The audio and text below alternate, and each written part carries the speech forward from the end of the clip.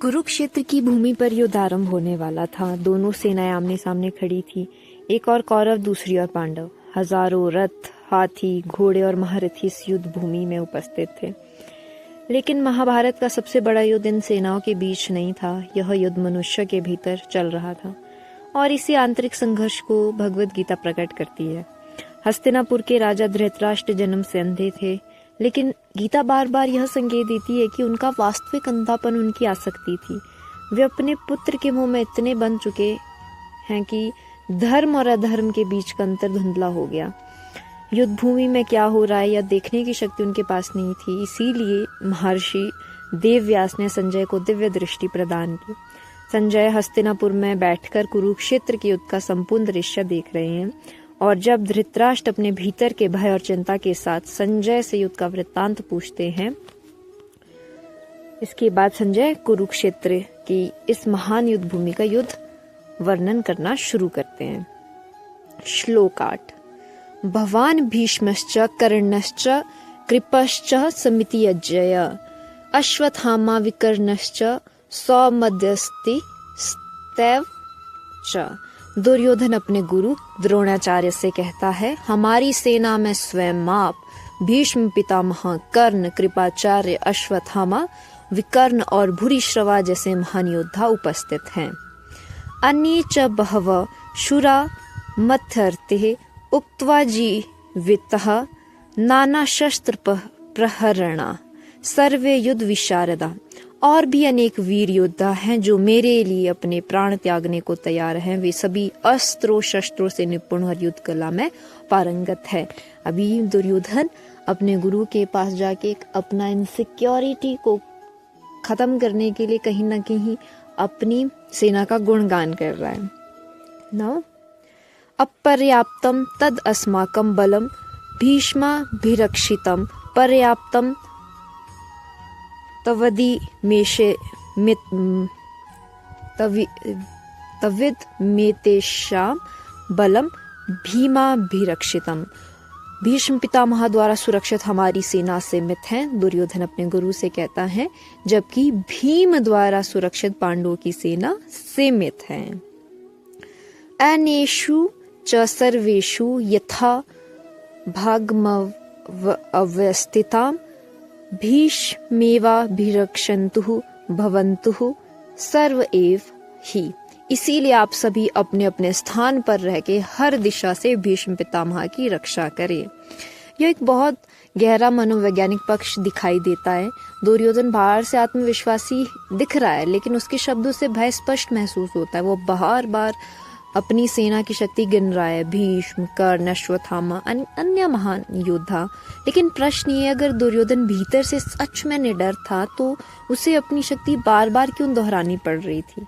यहीं से गीता मनुष्य के भीतर छिपे भय को प्रकट करना शुरू करती है।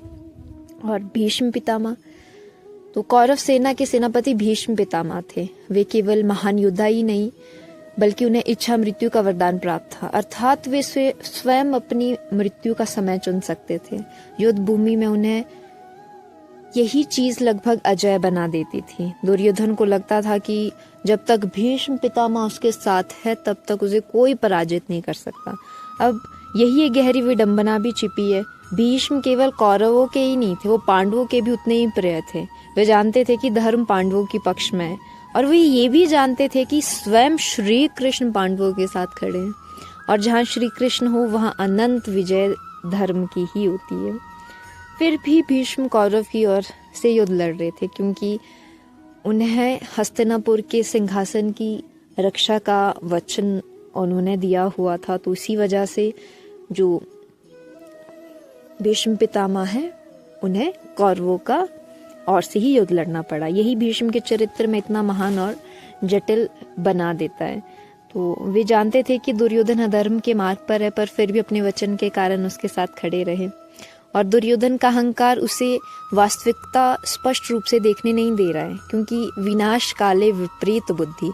जब विनाश निकट आता है तो व्यक्ति अपनी शक्ति के अहंकार में सत्य को देखना बंद कर देता है।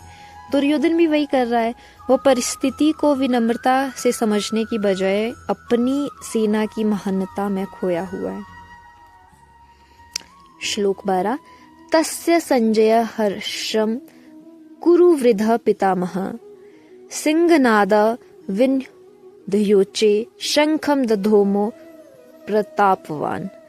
दुर्योधन का उत्साह बढ़ाने के लिए कुरुवंश के वृद्ध और प्रतापी भीष्म पितामह ने सिंह के समान गर्जना करते हुए ऊंचे स्वर में अपना शंख बजाया। ततः शंकाश्च भीर्यश्च पर्णवान गोमुखा सहसेवा भयन्तः सशब्द स्तुमूलो अभवत्। इसके बाद शंख नगाड़े रणभेरिया और अन्य वाद्य यंत्र एक साथ बज उठे और उनका अनंत जो शब्द है वो और भयंकर होता गया। तो भीष्म समझ चुके थे कि दुर्योधन भीतर से विचलित है, इसीलिए उन्होंने ऊंचे स्वर में शंख बजाकर उसका उत्साह बढ़ाने का प्रयास किया। प्राचीन समय में शंखनाद युद्ध के आरंभ का संकेत था, लेकिन यहाँ भीष्म का शंख केवल युद्ध की घोषणा नहीं करता है, वो दुर्योधन को आश्वासन देने का भी प्रयास कर रहा है। और इसके बाद पूरी कौरव सेना ने शोर करना शुरू कर दिया। ढोल, रणभेरी, शंख, पूरा वातावरण भारी ध्वनि से भर गया। लेकिन गीता यहाँ बहुत सूक्ष्म अंतर दिखाती है। कौरव के पास शोर था लेकिन भीतर भय भी था, क्योंकि जब मन अधर्म के साथ खड़ा हो तो बाहरी शक्ति भी भीतर स्थिरता नहीं दे पाती। श्लोक 14। ततः श्वेत हर्ये युक्ते महति सैन्यदेने स्थितो माधवः पांडवश्चैव दिव्य शंखो प्रदमुते। इसके बाद सफेद घोड़ों से युक्त दिव्य रथ पर बैठे श्री कृष्ण और अर्जुन ने अपने दिव्य शंख बजाए। पंजन्यम ऋषिकेशो देवदत्तम धनंजयः पौंड्रम दधोमो महाशंखम भीमकर्मा वृकोदर। श्री कृष्ण ने पंचजन्य नामक शंख बजाया, अर्जुन ने देवदत्त नामक शंख बजाया और भीम ने पौंड्र नामक महान शंख बजाया।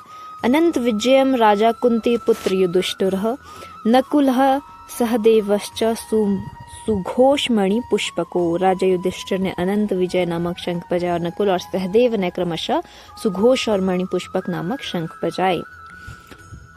श्लोक 17। कायश्च परमेश्वासः श्रीखंडी च महारथा दृष्टद्युम्नो विराटश्च सायकिश्च पराजितः। महान धनुर्धर काशी नरेश, महारथी श्रीखंडी, दृष्टद्युम्न, विराट और अपराजित सात्यकी भी उपस्थित थे। द्रुपदो द्रौपदेयाश्च सर्वेशः पृथ्वीपतेः सौभद्रश्च महाबाहु शंख दधुम पृथक पृथक। हे राजन, तो संजय धृतराष्ट्र से कह रहे हैं कि हे राजन, द्रुपद द्रौपदी के पुत्र और महाबली अभिमन्यु जो सुभद्रा के पुत्र थे, तो इन सभी ने भी अपने अपने शंख बजाए ना शुरू कर दिया है। सघोषो धृतराष्ट्राणां हृदयानि वयदार्यतः नभश्च पृथ्वीं चैव